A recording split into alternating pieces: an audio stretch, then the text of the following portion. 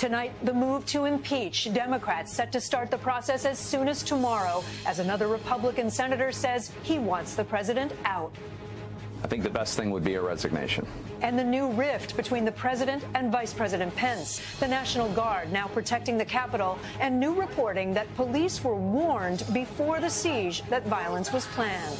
The next phase for the COVID vaccine. More states start offering it to older Americans. One stadium is being converted into a 24-hour vaccination center, and an uproar over plans to vaccinate prisoners before the general public.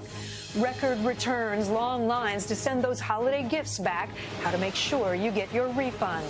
And the life-changing trick from magician David Copperfield, how he gave this family a second chance.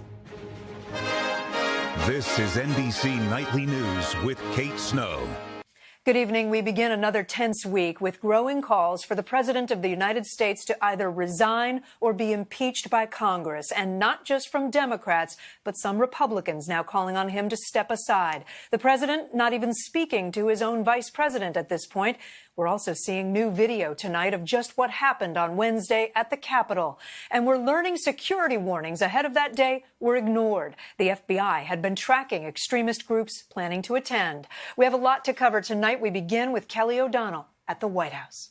A new level of isolation. Few advisors getting close to the president. The president has disqualified himself.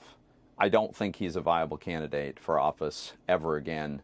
More fellow Republicans calling for his early exit. I don't think there's time to do an impeachment. There's 10 days left before the president leaves anyway. I think the best thing would be a resignation. Wednesday's insurrection at the Capitol driving this week's expedited impeachment. Step one likely tomorrow. House Democrats are united in demanding and seeking his immediate removal. We're also talking about complete barring of the president, or rather of Donald Trump, from running for office ever again. But with Joe Biden soon to take office, senior Democrats suggest Speaker Pelosi could complete House impeachment, but delay sending the article to the Senate for trial, giving the new administration breathing room. The 100 days he needs to get his agenda off and running, and maybe we'll send the articles sometimes after that.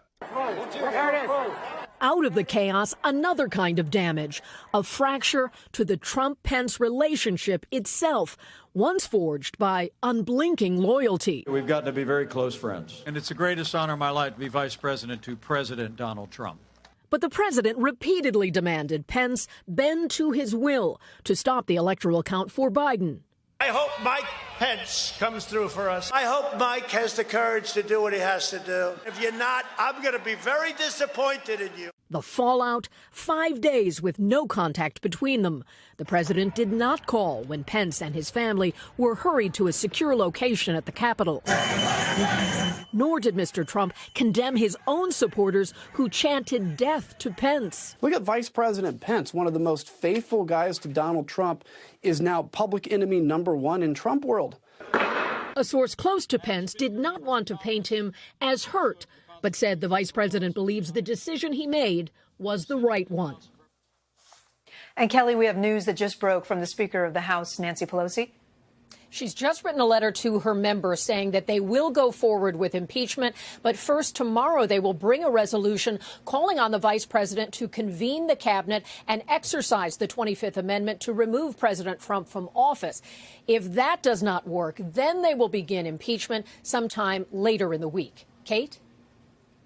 Let's bring in our justice correspondent, Pete Williams. Pete, we have some new exclusive reporting tonight on just how much advance notice Capitol Police had. That's right, Kate. NBC News has learned that the New York Police Department notified the U.S. Capitol Police about the possibility of violence during last week's electoral vote count. Law enforcement officials say the NYPD's intelligence unit sent a packet of information to police agencies nationwide describing the violent rhetoric and the threats on social media, with a separate report sent directly to Capitol Police. And a senior FBI official says agents contacted more than a dozen suspected extremists. These are people who were already under FBI surveillance and who indicated a desire to come to Washington last week. The official says agents talked them out of coming here. The U.S. Capitol Police have not responded to our request for comment about all of this. But these disclosures do add to the questions about why the Capitol Police were not better prepared when the rioters stormed in, and why there wasn't a greater sense of urgency throughout the federal government about the possibility that the Capitol was a target. Kate? Certainly a lot of questions, Pete. Thank you. Let's turn to the growing COVID crisis now. It is just the beginning of the deadly holiday surge we were warned about. And with life-saving supplies running out, some desperate healthcare workers simply don't know what they'll do next. Megan Fitzgerald has that. Tonight, the nation is suffering through a crisis of epic proportions as the pandemic spirals further out of control. We are in the middle of a surge right now. There hasn't been a top yet. The nation soaring past 278,000 new infections in just one day, breaking records for daily cases the last 3 days in a row. This as the highly contagious UK variant has now been detected in 9 states. Hospitalizations reaching new heights as doctors warn this is only the start of the Christmas surge. Every bed is full. Every nurse and doctor is occupied taking care of COVID patients. The crisis in California worsens by the day, the state seeing its deadliest days this week. They struggle to breathe every day, even with tons of oxygen, and then you just see them die. They just die, and they fight dying, and it's so sad. A common experience for frontline healthcare workers across Southern California. Hospitals so overrun with patients that nurses and doctors are desperately trying to keep up. I've seen more people pass away in the past week, in the past couple weeks, really, than I almost like it combined in all of my career as a nurse. In Los Angeles County, the most dire situation. More people are dying from the virus than all other causes combined.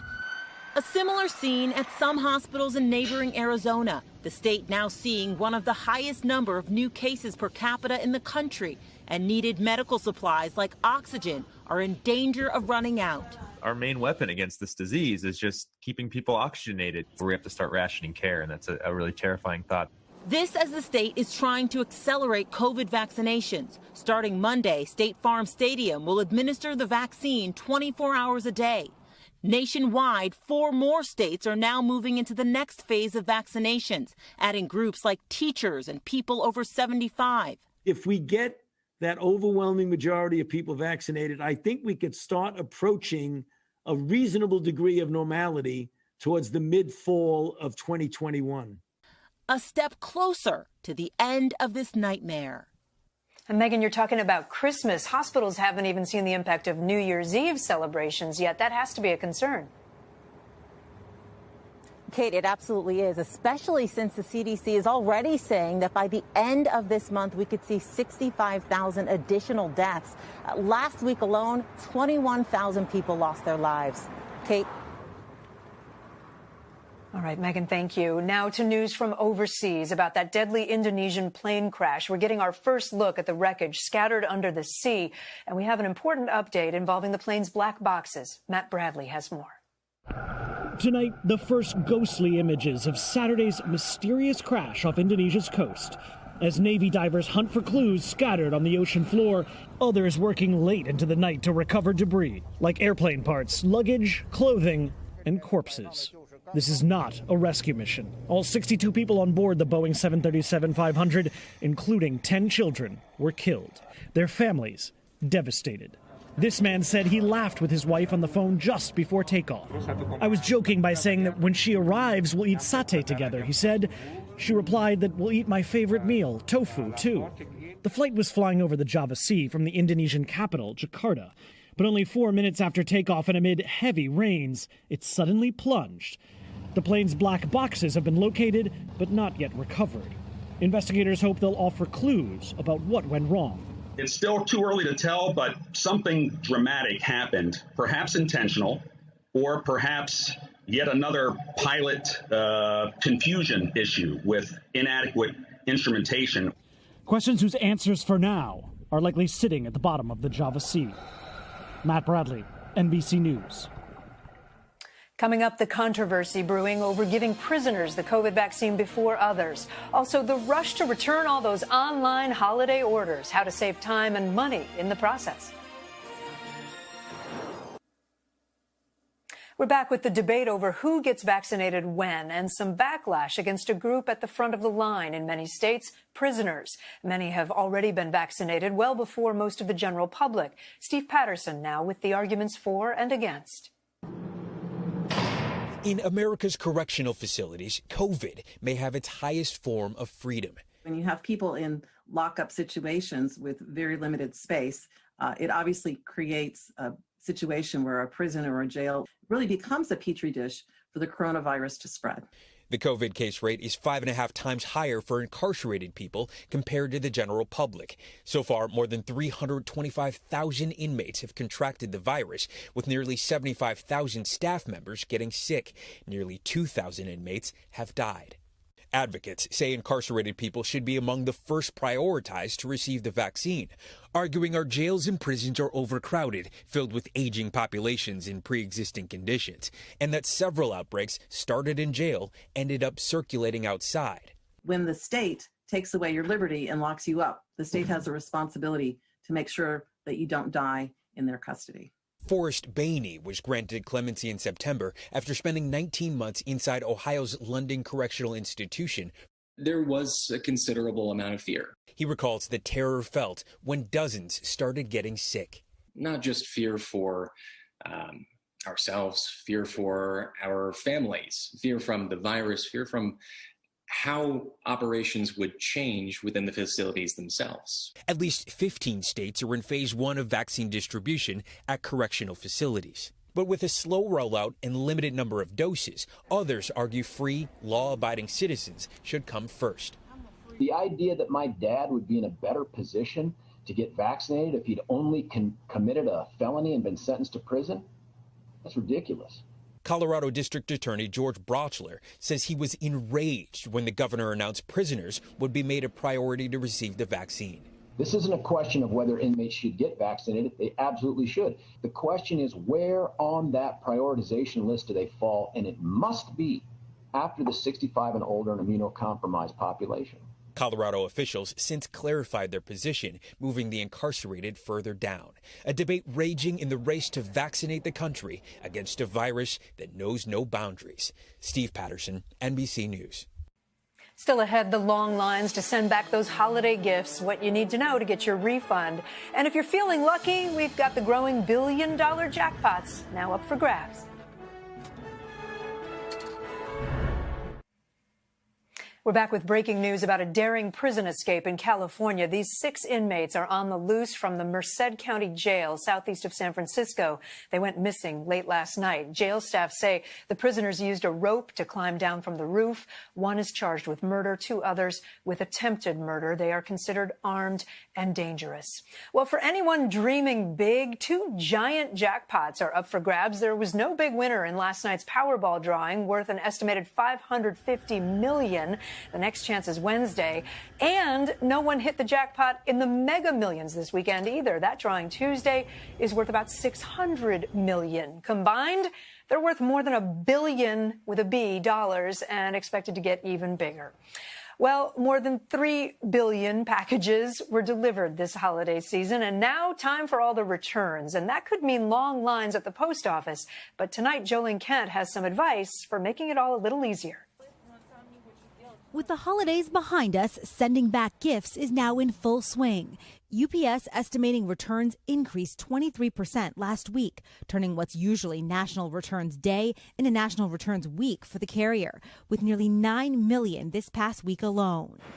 And the U.S. Postal Service, already dealing with long lines and wait times at branches across the country, as well as delivery delays, tells NBC News it's prepared to handle the volume of returns and is working around the clock to make it happen. The rapid rise of online returns has been accelerated by the pandemic after consumers chose to shop from home. And despite the crushing number of packages, the pressure is on retailers to make it easy. 89% of customers who have a bad online return experience say they won't buy again from that retailer online. 95% of them say that if they have a good returns experience, they're happy to come back and buy again. That's why major retailers like Walmart.com are now offering free returns from home with FedEx pickup, while others like Amazon and Macy's are extending their return deadlines to the end of this month. But it's not just the volume of stuff that trips up brands and carriers. It's the reversal of normal operations. For many retailers, it costs more to restock your item than simply throwing it away. In fact, experts believe an additional 5 billion pounds of unwanted stuff ends up in a landfill each year. So you can always resell it online, perhaps for the sake of the environment. Kate? All right, Joe, thank you. When we come back, a magical time for a young man's inspiring movement, all thanks to a legendary celebrity.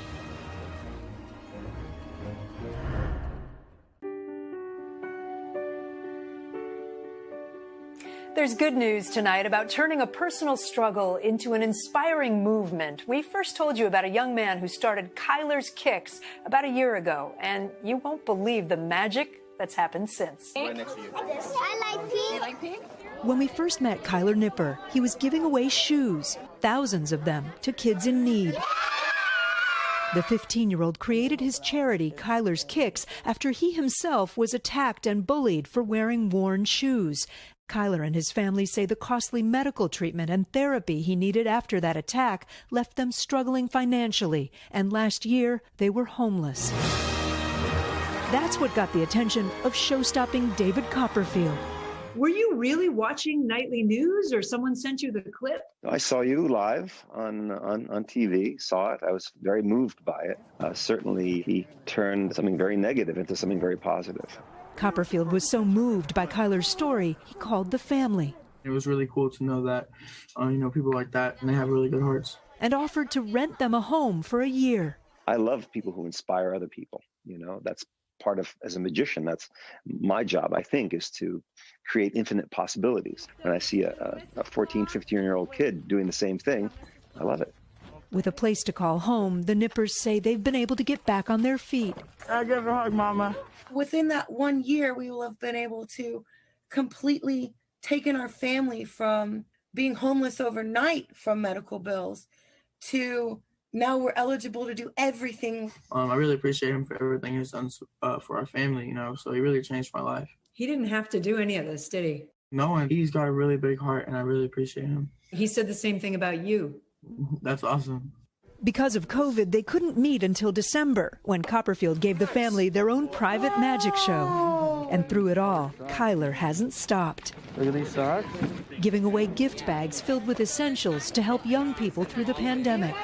Oh, those are cute. It just makes you feel good, like making other people happy. He's still gathering shoe donations and recently bought an even larger building to offer more services for teens in tough times. Kyler has endless ideas. My favorite part is that knowing that there's people out there really that care. All meant to help. This is a young man who's going places, right? I love being inspired, and he definitely inspires me. This year, as soon as it's safe, they're hoping to set a Guinness record for the most shoes given out at once. That is NBC Nightly News on this Sunday. Lester Holt will be with you tomorrow. I'm Kate Snow. For all of us at NBC News, stay safe and have a great night.